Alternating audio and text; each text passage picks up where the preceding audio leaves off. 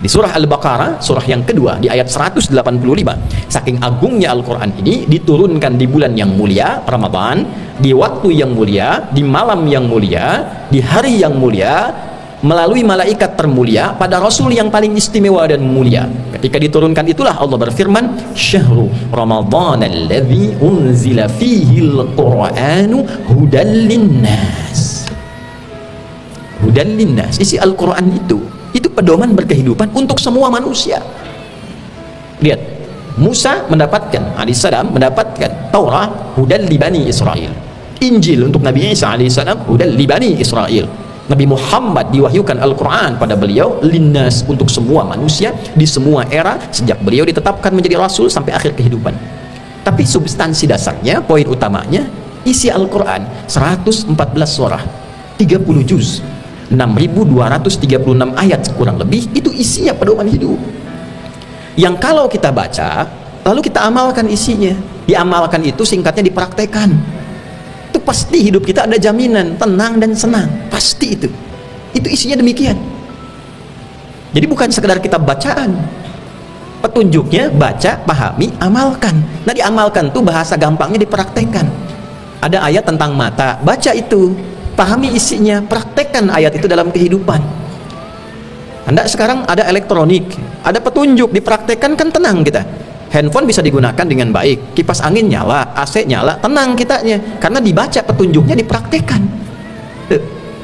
Itu untuk alat yang mati, yang tidak bernyawa. Nah, kita dikasih pedoman hidup oleh Allah, baca nih ayatnya, pahami, praktekkan. Ya, jadi unsur bagian tubuh kita itu kegunaannya ada di petunjuknya di Al-Quran itu. Menggunakan telinga bagaimana? Menggunakan lisan bagaimana? Salah guna dapat cemoohan, salah pakai dapat hujatan, salah melangkah turun kehormatan, salah bergerak jadi persoalan. Nah, supaya hidup kita tenang menggunakan seluruh bagian tubuh ini, termasuk pikiran. Salah berpikir kan cemas, gundah itu kan karena salah pikiran, anxiety itu kan kegelisahan hati yang mendalam karena hatinya nggak tenang. Nah, kalau ingin hatinya tenang bagaimana? Buka organ tubuh kita, hati ini jadi tenang bagaimana? Baca petunjuknya, keluarkan ayatnya, lihat keterangan Nabi dalam hadisnya, perhatikan perjalanan sirah dalam prakteknya. Betapa Allah menegaskan kepada kita, perjalanan dakwah Nabi itu umatnya disifati jahiliyah, akumulasi berbagai tindakan kriminal. Jadi bukan sudah tidak senang, tidak tenang lagi, sudah jadi kriminal. Jadi ekspresi kegelisahan mendalam itu tindakan kriminal wujudnya. Itu jahiliyah, itu sudah khatam dengan itu. Yang diturunkan itu bukan tongkat Nabi Musa, bukan mukjizat Nabi sebelum-sebelumnya. Yang diturunkan pedoman hidupnya Al-Quran. Berubahlah mereka menjadi tipikal masyarakat yang disifati dengan khairu ummah, kuntum khairu ummah. Kok bisa berubah, bertransformasi bahasa kerennya, jadi orang-orang terbaik? Kok bisa orang-orang yang tadinya kasar jadi lembut, yang tadinya rakus jadi dermawan, itu sukses, bekerja di bidang apapun sukses. Karena apa? Dibaca petunjuknya. Simpelnya kan begitu, ya. Maka bagi orang-orang yang sekarang terfikir ada kesadaran kembali, ya, maka Allah sampaikan di Quran surah Ar-Ra'du, surah ke-13. Ar-Ra'du, kilat, halilintar itu, yang kalau terdengar boom, gelisah hati kita, khawatir, ada gelap, mendung. Itu sudah senafas tuh suasananya tuh. Siapa di sini yang dengar halilintar tidak kaget? Boom, kaget, gelisah, ada apa nih? Terus lihat keluar gelap, ya. Kadang-kadang dengar berita dari kantor seperti halilintar menyambar, boom, kaget, mendung walaupun cuaca terang. Dengar kabar si fulan begini, si fulan begitu, sakit, gaji telat, begini, seakan kena halilintar, boom, kaget. Itu majas yang sangat tinggi.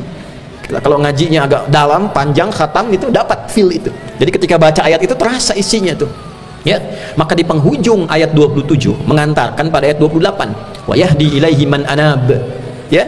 Orang yang ingin merubah dirinya, pengen lebih tenang, pengen lebih baik, pengen lebih damai menjalani kehidupan, akan diberi petunjuk oleh Allah kalau pengen berubah. Maka di Jumat ini tanya balik nih, yang sedang gelisah, sedang gak tenang, sedang cemas, sedang sedih, mau nggak balik koreksi diri kita, dekati lagi petunjuk Allah. Maka kalau kita punya keinginan kuat, ayat 28-nya menegaskan, alladzina amanu wa tatma'innu qulubuhum bi dzikrillah, ala bi dzikrillahi tatma'innul qulub. Alladzina amanu, siapa di situ yang anab itu? Wa yahdi ilaihi man anab, yang pengen balik itu. Alladzina amanu, orang-orang yang beriman, yakin dulu dengan Allah. Tuh, pertama kali kalau pengen tenang ditanya dulu tuh, masih beriman nggak? Yakin nggak sama Allah? Yakin nggak kalau Allah itu menurunkan pedoman hidup? Kalau masih ragu, susah menghilangkan anxiety itu, kegelisahan, kecemasan, kegalauan. Yakin dulu kita punya Tuhan, yakin kita punya Allah. Itu dulu, yakinkan dulu, saya punya Allah yang pasti memberi solusi untuk saya. Saya punya Allah yang pasti memberikan jalan keluar pada masalah saya. Jadi kalau sedang gelisah, sedang ada masalah, tanamkan pada hati, saya punya Allah. Saya punya Allah. Ini kalimat mahal ini yang sekarang dibutuhkan. Tuh, itu kalau itu sudah ada dalam jiwa kita, semua masalah itu selesai sesungguhnya. Wa tatma'innu qulubuhum bi dzikrillah, baru beramal. Hati mereka itu, cirinya orang beriman itu, ya, hati mereka itu akan damai, tenang, nyaman bi dzikrillah, dengan berzikir kepada Allah. Nah, sekarang gunakan ikhtiarnya, buktikan keimanan kita dengan meningkatkan zikir. Orang yang senang zikir, itu dampaknya ke hati tenang. Itu dikasih instrumennya tuh, zikir. Kalau kita yakin dengan Allah, beriman, Allah pasti cari, ya, kita, memberikan pada kita jalan keluar. Kita ingin kembali kepada Allah, diberikan jalan keluar, zikir, ya. Kita yang mendekati Allah, Allah sudah maha tahu sebelum kita melangkah, ya. Apa itu zikir? Segala kegiatan yang mengoneksikan diri kita dengan Allah. Salat itu zikir. Quran surah 20 ayat ke-14. Innani anallahu la ilaha illa ana fa'budni wa aqimis salata li dzikri. Akulah Allah, tidak Tuhan yang dipertuhankan dan disembah kecuali aku, kata Allah. Maka kalau kalian bertuhan padaku, sembah aku. Caranya tunaikan salat. Dengan salat itu kalian sedang berzikir kepada aku. Salat. Kalau sedang kurang tenang, salat. Jangan pasang status di media sosial, tidak menyelesaikan masalah. Salat. Ambil wudu, salat. Ya, pikiran sedang kurang baik, ambil wudu, salat. Nanti dalam salat itu Allah berikan ketenangan. Silahkan dicoba. Itu sudah ada solusinya, jarang dipraktekkan. Curhatnya sama Allah, kan diajarin di surat Yusuf itu. Nah, ini kadang-kadang nambah masalah. Kumpul, ngobrolnya sama teman-teman, ngalor ngidul, tidak ngasih solusi. Akhirnya jadi ghibah, tersebar. Yang tadinya Allah tutup malah dibuka. Bikin status, saling sindir. Nanti begitu masalah selesai dengan si fulannya, statusnya sudah menyebar. Jejak digitalnya dimanfaatkan orang lain jadi fitnah baru. Nggak selesai-selesai. Allah ngasih solusi, kenapa cari kreativitas sendiri? Tambah masalah. Quran itu zikir. Quran surah Al-Hijr ayat 9. Inna nahnu nazzalna dzikra wa inna lahu lahafizun. Dengan keagunganku kami turunkan Al-Quran sebagai zikir, dan dengan keagunganku dijaga Al-Quran itu, terjaga, suci, bersih, jauh dari penyimpangan, tidak akan bisa disalahgunakan. Nah, kalau sedang gelisah, buka mushaf, ya. Perempuan-perempuan yang sedang tidak mengaji, sedang haid, dengar murattal, isi itu di rumahnya pakai murattal, lebih tenang suasananya, ya. Ambil wudhu, buka mushaf itu unik tuh, istimewa. Kadang-kadang dibuka ayatnya sesuai dengan kebutuhan kita, bisa demikian. Kalau paham, punya ilmu, bisa dibuka ayat-ayat yang sesuai dengan kebutuhan kita, bisa itu.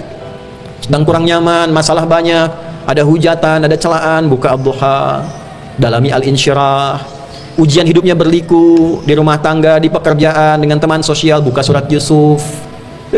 Banyak, kalau kita paham itu langsung buka intinya, baca. Lalu periksa kejadian masa lalu yang diberi contoh. Sakit mendalam, Nabi Ayub sakit, belajar kisahnya, tenang hati kita itu. Lalu dihibur melalui Al-Quran. Bukan cuma yang kamu yang sakit, Ayub juga pernah sakit, lebih parah daripada kamu. Toh beliau tetap meningkatkan ibadah, zikirnya begini, karena meningkat itulah Allah sembuhkan. Adakah engkau mau beramal seperti Ayub supaya Allah sembuhkan? Itu demikian, ada ayatnya. Baca di Quran surah 21 ayat 83 sampai 84, banyak sekali. Sekarang kita mesti semarakan kembali kepada Al-Quran. Tuh umat Islam tuh, ayo balik lagi ke Quran, ngaji lagi, semarakan ngaji. Dulu itu jangan jauh-jauh lah, tahun 90-an saja ngaji itu masih semarak, kriminalnya menurun. Walaupun terbatas, lampunya terbatas, pakai petromak itu. Di kampung-kampung menyebutnya lampu semprong itu. Tengah malam ngaji, tapi kriminal itu hampir nggak ada. Aneh kita kalau dengar itu ada pencurian tuh aneh, apalagi pembunuhan. Sekarang tuh kayaknya kok bebas-bebas saja gitu. Terus jadi seperti biasa, jadi nggak asing.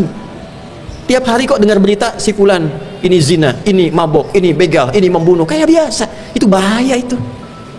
Kita kembalikan lagi itu tradisi mengaji itu menjadi bagian dari, kalau tradisi itu maksudnya ibadah yang sudah menjadi karakter, ya, yang sudah nggak diminta pun sudah sadar ini waktunya ngaji. Dulu kami kalau sudah maghrib tuh sadar, ini waktu ngaji. Kalau nggak ngaji itu dicari sama orang tua, mau sembunyi di mana dicari. Ya, TV mati itu. Nah sekarang kita butuh kesadaran itulah gitu. Ba'da maghrib ngaji, ba'da subuh ngaji. Nah kalau sudah begitu, insya Allah tentram kehidupan tuh, balik lagi tenang, nyaman, toleransi makin tinggi dan sebagainya. Ya, nanti ada zikir-zikir harian yang dibaca. Ulama nanti mengeluarkan, ini zikir kalau gelisah, ini zikirnya. Kalau ada terpaksa utang susah bayar, ini zikirnya. Ya, kalau begini ini seperti ini. Untuk menimbulkan qanaah begini sehingga tidak harus terpaksa berutang. Nah, ini pinjaman nggak jelas, bunga tinggi. Begitu susah, yang dicarinya paling aneh lagi ustad. Ustad, saya mau hijrah kena pinjol, tolong lunasi utang saya. Ya, yang utang si fulan, yang nanggung harus orang lain. Coba berbenah dulu, dekati dulu Allah pemilik rezeki, perbaiki diri dulu. Ya, insya Allah kalau kita kembali pada petunjuk yang benar, insya Allah akan baik. Akalnya kita gunakan dengan baik. Yang bikin kipas angin itu ngasih petunjuk untuk kipas angin, nggak bisa dipakai untuk mobil.